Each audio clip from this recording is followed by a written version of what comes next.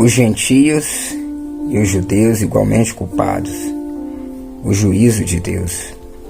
Romanos capítulo 2, versículo 1 ao 3, e depois do versículo 9 até o versículo 12, e por fim eu vou ler o versículo 16.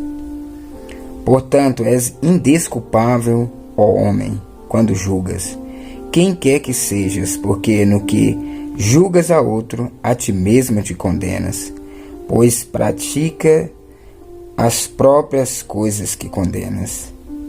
Bem sabemos que o juízo de Deus é segundo a verdade contra os que praticam tais coisas. Tu, ó homem, que condenas os que praticam tais coisas e fazes as mesmas, pensas que te livrarás do juízo de Deus? Tribulação e angústia virão sobre a alma de qualquer homem que faz o mal. Glória, porém, e honra e paz a todo aquele que pratica o bem. Porque para com Deus não há acepção de pessoas. Assim, pois, todos que pecaram sem lei, também sem lei, perecerão. E todos que com lei pecaram, mediante lei serão julgados. E por fim, versículo 16. No dia em que Deus, por meio de Cristo Jesus, julgar o segredo dos homens. Veja bem, nada mantém alguém mais distante de Deus do que a incapacidade de admitir sua necessidade de Deus. Jesus disse: os sãos não precisam de médico, e sim os doentes. Não vim chamar justos e sim pecadores. Marcos capítulo 2, versículo 17. Jesus não estava dizendo que alguns são justos e não necessitam de salvação. Ele apenas diz que alguns pensam que são justos e por isso não podem ser ajudados. A menos que o homem reconheça o seu pecado, ele não poderá ser salvo. Alguns talvez digam: isso não se aplica a mim, porque eu sou uma pessoa boa e não faço nada disso. Essas pessoas chamamos de moralistas, que se colocam na posição de juízo dos outros. Então, a condenação dos moralistas. Na primeira sessão, Paulo mostra a depravação da sociedade humana sem Deus, sua imoralidade e idolatria.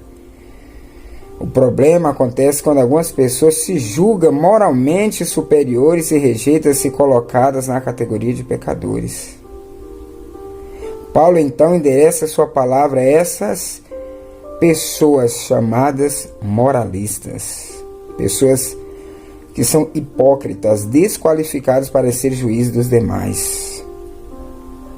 Então, o julgamento de Deus, ele é inevitável sobre essas pessoas.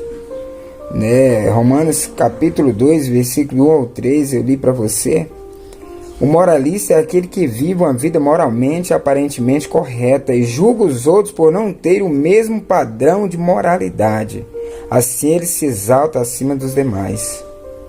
Mas aos olhos de Deus existem dois problemas. Em primeiro lugar, os moralistas são arrogantes e orgulhosos, cheios de justiça própria. Em segundo lugar, o moralista é condenado porque faz as mesmas coisas que condena. Então muitos o fazem apenas desejando no coração, mas para Deus é o mesmo que praticar, porque Deus olha os pensamentos e desejos do nosso coração. Os moralistas não reconhecem suas faltas e atribuem aos outros o que não querem reconhecer em si mesmos. Os moralistas condenam a si mesmo quando julgam os demais, pois fazem as mesmas coisas. Então, o julgamento de Deus, ele é justo. O julgamento de Deus é justo porque é baseado nas obras de cada um. Lembre-se sempre que Deus olha o coração antes das obras. 1 Samuel 16, 7, depois você lê o verso 16, Paulo diz que Deus vai julgar o segredo dos homens. Embora o julgamento seja de acordo com as obras, a salvação é de acordo com a fé. Romanos capítulo 1, versículo 16 fala que o justo viverá pela fé. As obras são fruto da fé. O julgamento de Deus ele é imparcial. Para com Deus não há acepção de pessoas. A partir do verso 12, vemos a base do julgamento de Deus. Quem pecou debaixo da lei será julgado de acordo com a lei. E quem pecou sem lei será julgado de acordo com a lei escrita no coração de cada homem. Não significa que é possível alguém se salvar pela ignorância da lei, ou que algum judeu será salvo porque praticou a lei, pois sabemos que ninguém cumpriu a lei. O alvo é mostrar que todos são culpados, que ninguém é ignorante, todos reprimiram a verdade, praticaram a injustiça que sabia que era errado. Aqueles que nasceram sem lei, na verdade, receberam a lei gravada nas suas consciências, por isso são indesculpáveis. E por fim, para nós resumirmos aqui, o julgamento de Deus ele é justo e imparcial, mas precisamos ter clareza sobre alguns pontos. Primeiramente, Deus vai julgar o segredo dos homens. No verso 16, a palavra de Deus repete muitas vezes que Deus conhece os corações dos homens. Em segundo lugar, o julgamento de Deus será através de Jesus Cristo. Jesus é a figura central do dia do julgamento. E em terceiro, o julgamento é uma parte importante do Evangelho.